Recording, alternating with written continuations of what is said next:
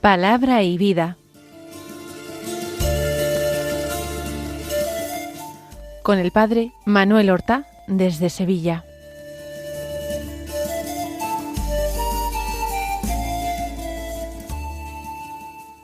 En el nombre del Padre, y del Hijo, y del Espíritu Santo. Amén. Alabados sean Jesús y María. Muy buenos días, queridos amigos, oyentes de Radio María y seguidores del programa Palabra y Vida. Hoy es el viernes de la 32ª semana del tiempo ordinario. Viernes, día penitencial, lo recordamos. Es 17 de noviembre y en este día la Iglesia celebra la memoria de Santa Isabel de Hungría, una santa medieval, nacida en el año 1207, al comienzo del siglo XIII, y que vivió solamente 24 años, muriendo en 1231. Nació como hija del rey de Hungría, Andrés, y siendo todavía una niña pequeña, fue concertado su matrimonio con el hijo del landgrave de Turingia, el gobernador de esta región, de esta zona de Alemania. El futuro marido era todavía también un niño, Luis. Ella se trasladó siendo niña allí y se crió casi junto con su futuro marido. Y fue poco a poco naciendo entre ambos un cariño grandísimo. Se cuentan cosas verdaderamente románticas y bellas. Cuando Luis, adolescente, podía salir a la ciudad y paseaba, siempre compraba un regalo para su futura esposa y se lo llevaba y se lo entregaba, y luego salían de paseo del brazo. Se casaron cuando Isabel tenía solamente 14 años y Luis 21. Tuvieron 3 hijos, el mayor, un varón, Hermann, y luego 2 niñas, la segunda de las cuales, la pequeña, de nombre Gertrudis, nació cuando su padre había muerto, porque después de algunos años de felicidad, su esposo Luis se alistó a las órdenes del emperador alemán para ir a la cruzada. Era el ideal de los hombres, de los caballeros cristianos de la época. Entonces partió, y a los pocos meses, sin haber entrado siquiera en batalla, murió víctima de la peste. Cuando llegó la noticia, Isabel creyó enloquecer. Ella dio a luz, algún tiempo después, a esa hija póstuma, Gertrudis, a quien en la Iglesia veneran como beata. Y luego abrazó la pobreza, se hizo terciaria franciscana, vistió un pobrísimo sayal, renunció a vivir en el castillo y en una casa humilde hizo un hospital donde ella misma atendía a los enfermos, hacía las camas, los cuidaba, les lavaba, todo esto en una total y absoluta pobreza, en una altísima contemplación, en una altísima oración.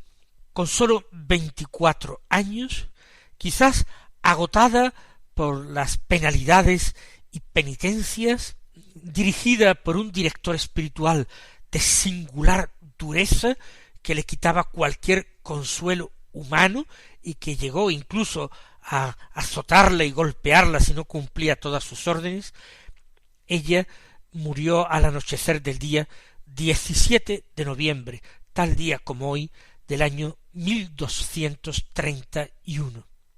24 años solamente, pero nada más morir, inmediatamente su mismo director espiritual comenzó a recabar todos los testimonios que existían acerca de su santidad, y sus restos fueron trasladados a la iglesia de Santa Isabel de Marburgo, que había sido construida por su cuñado en su honor, y a esa ceremonia de traslación asistió hasta el mismo emperador de Alemania. El pueblo la veneró verdaderamente como una santa de la caridad. Vamos a escuchar ahora la palabra de Dios que se proclama en la liturgia de la misa del día. Seguimos con la lectura del libro de la sabiduría. Hoy del capítulo 13 vamos a leer los versículos 1 al 9 que dicen así: Son necios por naturaleza todos los hombres que han ignorado a Dios y no han sido capaces de conocer al que es a partir de los bienes visibles, ni de reconocer al artífice fijándose en sus obras, sino que tuvieron por dioses al fuego, al viento, al aire ligero, a la bóveda estrellada, al agua impetuosa y a los luceros del cielo, regidores del mundo. Sí, cautivados por su hermosura, los creyeron dioses. Sepan cuánto los aventaja su Señor, pues los creó el mismo autor de la belleza. Y si los asombró su poder y energía, calculen cuánto más poderoso es quien los hizo, pues por la grandeza y hermosura de las criaturas se descubre por analogía a su Creador. Con todo, éstos merecen un reproche menor, pues a lo mejor andan extraviados buscando a Dios y queriéndolo encontrar. Dan vueltas a sus obras, las investigan y quedan seducidos por su apariencia, porque es hermoso lo que ven, pero ni siquiera éstos son excusables, porque si fueron capaces de saber tanto que pudieron escudriñar el universo, ¿cómo no encontraron antes a su Señor? Recuerden que en el texto del libro de la sabiduría que nosotros leíamos ayer jueves, el autor de este libro sagrado describía qué era la sabiduría, cómo era, espíritu inteligente, santo, único, etc. Iba describiendo con 21 adjetivos cómo era la sabiduría. Y nosotros veíamos a la sabiduría como una figura de el verbo de Dios, del logos eternos. Pero ahora, en este texto, que no es inmediata continuación del de ayer, porque el que nosotros leíamos ayer era del capítulo 7 y comienzo del capítulo 8, y ahora estamos en el capítulo 13. Pero ahora va a referirse justamente a lo que no es la sabiduría, a lo contrario de la sabiduría. Y según este texto, ¿qué es lo contrario de la sabiduría? Pues lo contrario de la sabiduría viene a decir, aunque no sea con estas palabras, el autor, lo contrario a la sabiduría es la idolatría, con una serie de matices que el autor sagrado, con mucha perspicacia, va a establecer. Frente a los que tienen la sabiduría, que son sabios, ya hemos dicho, no sabios según la carne, sino sabios según el Espíritu de Dios, frente a los sabios están los necios, los que carecen de sabiduría. Los necios propiamente son los hombres sin Dios, nosotros diríamos hoy los ateos, los que niegan a Dios, y los idólatras, los que confunden y dan culto y rinden culto a realidades que no son Dios y que no pueden salvar. Dice que son necios por naturaleza todos los hombres que han ignorado a Dios. ¿Qué significa ignorar a Dios? No hacerle caso. Si ustedes quieren, y estoy hablando con términos modernos, por supuesto, lo sé, totalmente ajenos a la forma de hablar de la Escritura, lo sé, pero para que nos entendamos. Los que han ignorado a Dios, los que no lo han hecho caso, no le han hecho caso, podríamos decir, son los agnósticos. Prescinden de Dios en la práctica en sus vidas. No se plantean siquiera la cuestión de Dios, no les interesa, les parece superflua. Si existe o no existe a Dios, para ellos es una cuestión irrelevante, porque de ninguna manera podrían conocerle. Son necios los hombres que han ignorado a Dios, necios los que con sus labios dicen que creen en Dios, e incluso quizás afirman que son personas religiosas, e incluso a lo mejor se atreven a decir que son cristianos, se atreven a decir que son cristianos, pero viven de espaldas al Evangelio, como auténticos paganos, como hombres mundanos. Son necios los que han ignorado a Dios, lo han echado de sus vidas, prescinden de él, no les hace falta, no piensan que Dios tiene ninguna utilidad y por tanto, ¿qué me importa? Pero también son necios por naturaleza los que no son capaces de reconocer al artífice fijándose en sus obras, sino que tuvieron por dioses al fuego, al viento. Fíjense, aquí ya no son los agnósticos que se despreocupan de Dios, sino los que rinden efectivamente culto a cosas que no son Dios. Personas que de alguna manera son, en cierto sentido, religiosas, porque ser religioso es unirse con cierto tipo de vínculos afectivos, vitales, existenciales, a ciertas realidades. Lo malo es cuando esa realidad no es el verdadero Dios, que está por encima de este mundo, porque es su creador, y se unen con vínculos afectivos de verdadero culto, reconocimiento, sometimiento a realidades mundanas. Esto es idolatría. Ya ven ustedes, una práctica agnóstica o atea o una práctica idolátrica.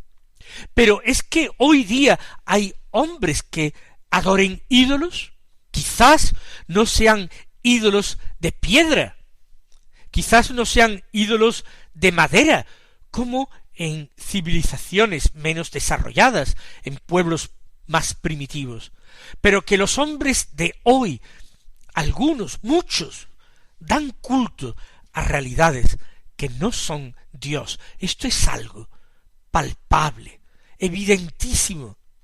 Jesús nos advierte en el Evangelio contra la tentación muy fuerte de dar culto al dinero, a Mammón, es decir, el Dios de las riquezas. No podéis servir a Dios y al dinero. Y Jesús lo dice taxativamente. No se puede rendir culto y servir a dos señores distintos, porque se amará a uno y despreciará al segundo, o viceversa, dará culto y amará al segundo y despreciará al primero. O Dios, o Mammón, el Dios de las riquezas, el dinero. Pues bien, ha habido hombres que han sido necios porque no se han dado cuenta de quién es el artífice, el creador, el orfebre, el constructor, el artesano, el alfarero de todo lo creado. Y se han fijado en las obras, pensando que las obras eran Dios en vez del creador. Son necios. Y dice que tuvieron por dioses, y cita, 1 al fuego, 2 al viento, se refiere al viento impetuoso, 3 al aire ligero, 4 a la bóveda estrellada, 5 al agua impetuosa, 6 a los luceros del cielo, regidores del mundo. Curiosamente son seis realidades naturales que han tomado por divinas. Les han rendido culto los pueblos de la antigüedad. Les han rendido culto los cananeos, primitivos habitantes de Palestina, los babilonios, los asirios, los egipcios. Todos ellos han incurrido en esa terrible necedad. Quizás el número 6 es, en la escritura, figura de la suma imperfección, y por tanto es un número de de falta, de carencia. Quizás se han escogido realidades mundanas, se podrían haber elegido muchísimas más. Se podría haber tomado, por ejemplo, árboles, se podrían haber tomado ríos o manantiales, pero se toman 6, quizás con esa intención simbólica de expresar la imperfección de esta creencia. Cierto que estas realidades han sido usadas en algún momento por Dios como símbolos de su propia presencia. El fuego, Dios se reveló a Israel en la cumbre del Sinaí, en medio del fuego terrible. El viento impetuoso, de la misma manera, recuerden Pentecostés y aquel sonido de viento impetuoso que llenó la casa donde se encontraban los apóstoles. El aire ligero que detectó el profeta Elías cuando se encontraba en aquella cueva en el monte Horeb, el monte de Dios, y al escuchar aquella brisa suave, el aire ligero salió cubriéndose el rostro. La bóveda estrellada, el cielo, cuyo astro mayor Dios es a veces comparado a Dios y a Cristo mismo, sol que nace de lo alto.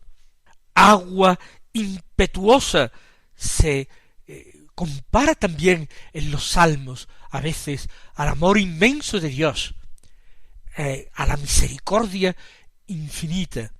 Los luceros del cielo regiró desde el mundo. Sí, dice, cautivados por su hermosura, los creyeron dioses, pero sepan cuánto les aventaja su Señor, pues los creó el mismo autor de la belleza. Quizás alguno de estos hombres que tomaron por dioses estas realidades mundanas tuvieron un principio de buena fe en la dureza de su corazón, en su falta de inteligencia, buscando la belleza, buscando la bondad, encontraron cosas tan bellas y tan perfectas, obras de las manos de Dios, y le rindieron culto sin ir un poco más allá para descubrir al autor de todas ellas, aunque el autor sagrado les instruye cuánto les aventaja su Señor, pues los creó el mismo autor de la belleza.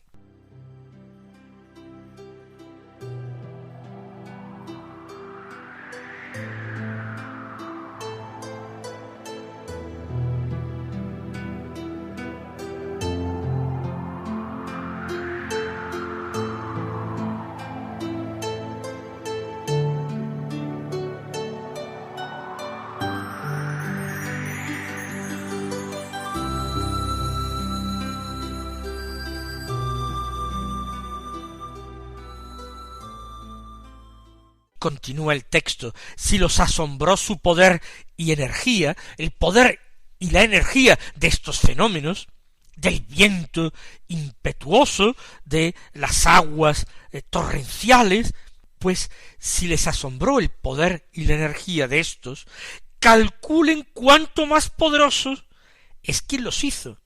Es decir, tanto la hermosura como la fuerza y el poder de estos fenómenos naturales, de estos accidentes físicos, de estos cuerpos celestes, su belleza y su poder.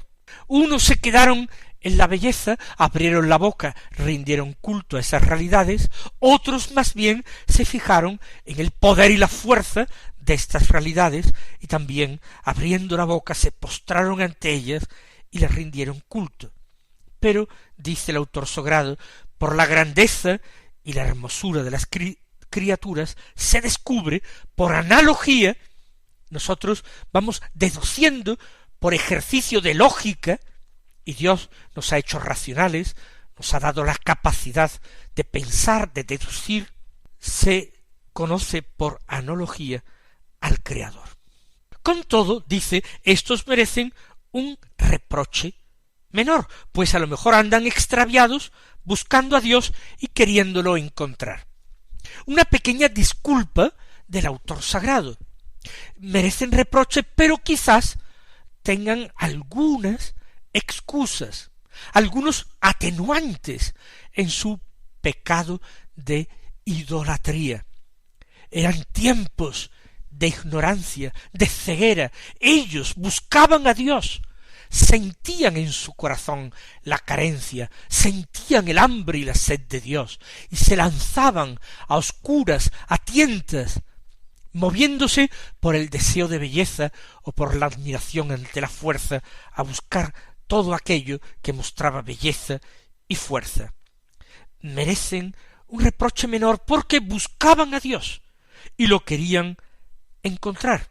Dan vueltas a sus obras, las investigan y quedan seducidos por su apariencia, porque es hermoso lo que ven.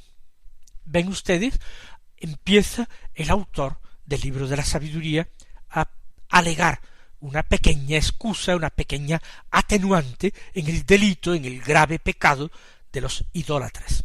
Pero al final, el mismo autor sagrado deshace esta atenuante, porque dice, pero ni siquiera estos son excusables, porque si fueron capaces de saber tanto, es decir, si investigaron tanto, si dieron tantas vueltas a las obras, si emplearon tantas energías, tanto tiempo, tanta investigación, ¿cómo, si fueron capaces de saber tanto, que pudieron escudriñar el universo entero, los astros, los mares, los caudales de agua, la bóveda estrellada, el fuego, cómo si fueron capaces de escudriñar el universo, no encontraron antes a su Señor?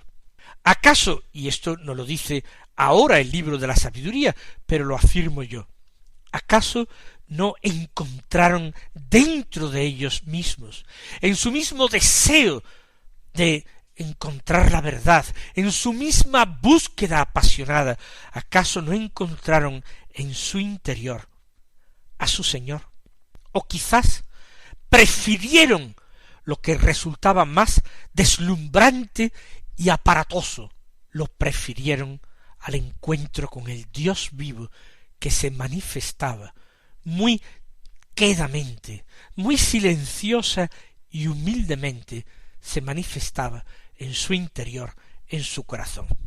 Vamos nosotros a pedir gracia al Señor para que nuestra búsqueda de Él sea constante, para que cada mañana nosotros madruguemos para Dios, nos pongamos en su búsqueda como si todo lo que hubiéramos hecho hasta entonces fuera nada y menos que nada, y que no nos quedemos en las apariencias, que no nos dejemos seducir ni por la belleza ni por el poder, que empleemos bien la inteligencia que Él nos dio, que empleemos bien la voluntad que Él nos dio, la libertad de que nos dotó, que empleemos bien todos los dones y todas las potencias humanas para encontrar al Señor y para adorarle. Mis queridos hermanos, que el Señor os colme de bendiciones y hasta mañana si Dios quiere.